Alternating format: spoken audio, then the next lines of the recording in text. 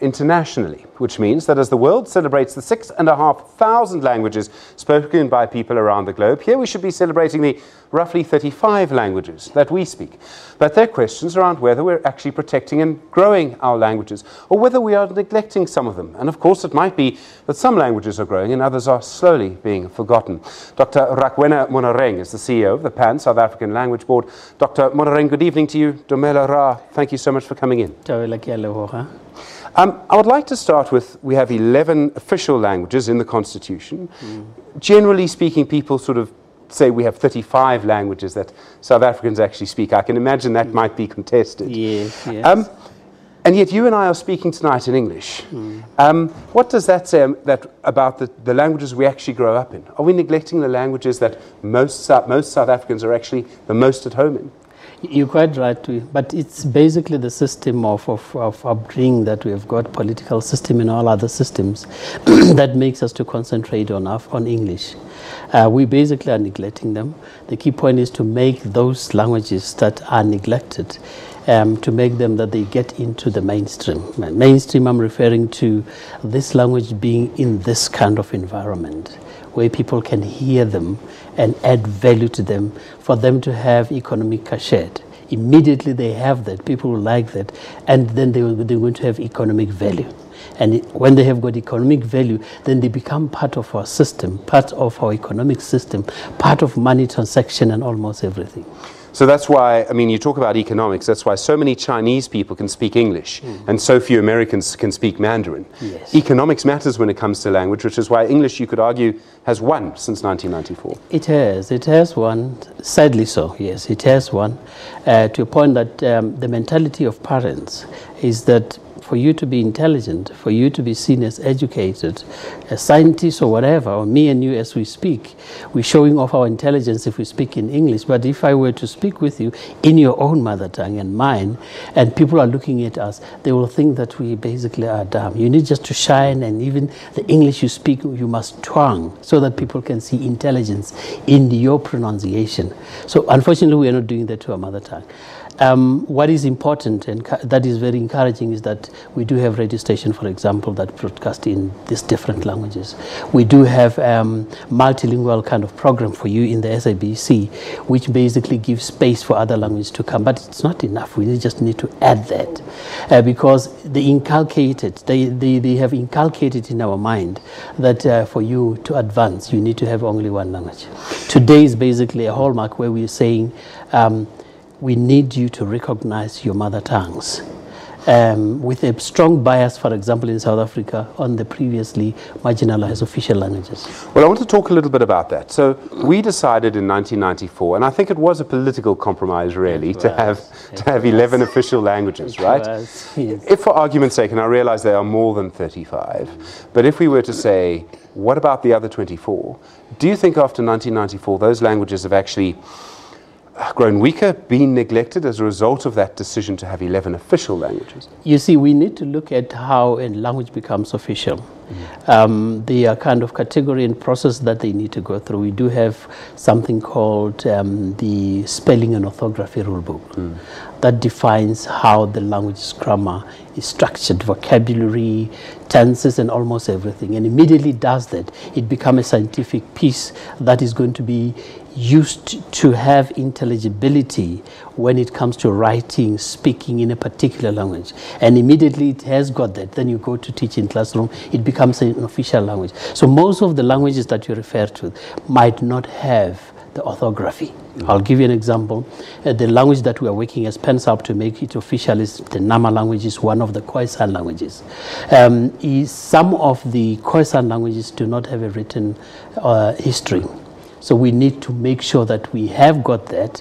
There is a kind of vocabulary and orthography for them to proceed to that level of being official languages. So the 11s that we've got are strong enough. I'm not talking about German or something. I'm talking about the indigenous South African languages. Some of them do not have orthography. But beside that, for you to have an official language, when you come up with an orthography, you must come up with something unique. You don't need to repeat the same language or any existing language. We've been asking people for voice notes, and in fact, I think we can listen to some of them now, and of course, they won't all be in one language, so I might require some assistance. Let's listen and see what we've got. Some of the voice notes coming through to us tonight.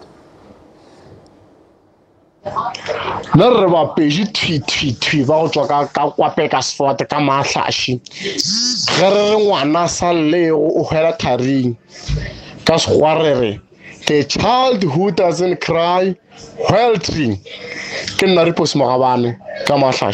Thank you. My name is William Saul.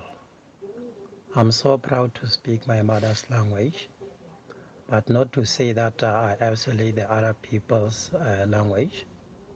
I also use the Arab people's language, but most of all, I'm so proud of my mother tongue.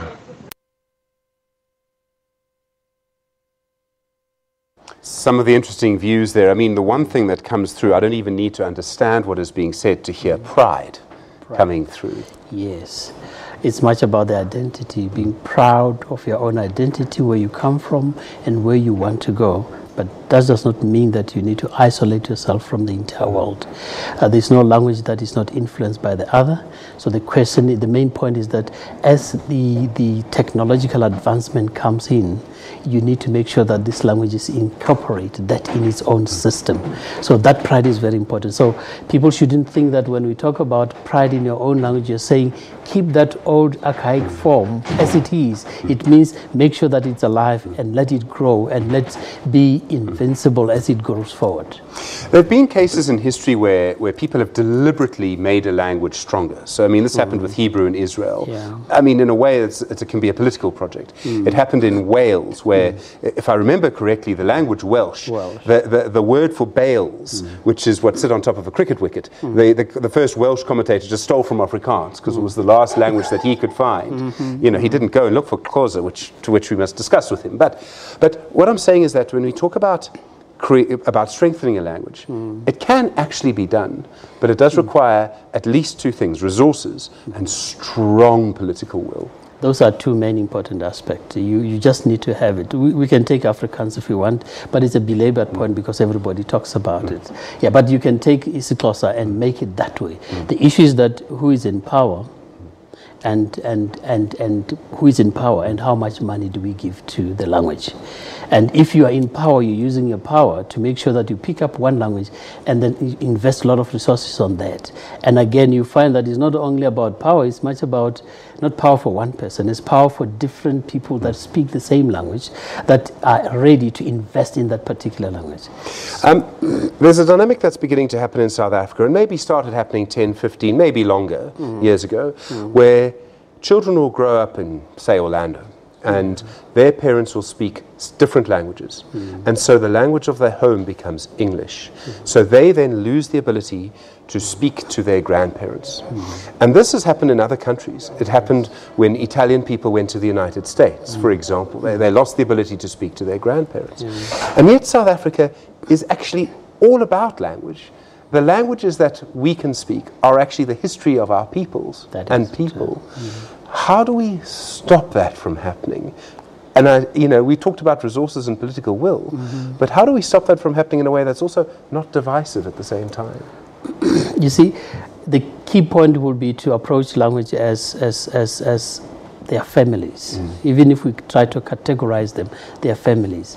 The current family nuclear currently does not dictate that I need to marry somebody who's Mosotho.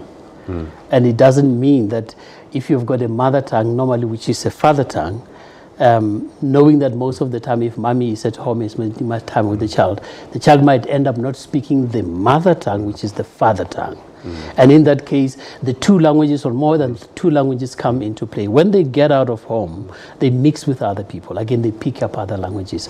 So all these languages are going to continue conditioning each other to a point that one day, after me and you have gone to heaven, that a new language will emerge. Well, I'm glad you're optimistic about where I'll go. Giyabonga, thank you so much for our conversation. Thank you. Dr. Rakwena Monareng, the CEO of the PanSALB African Language Board.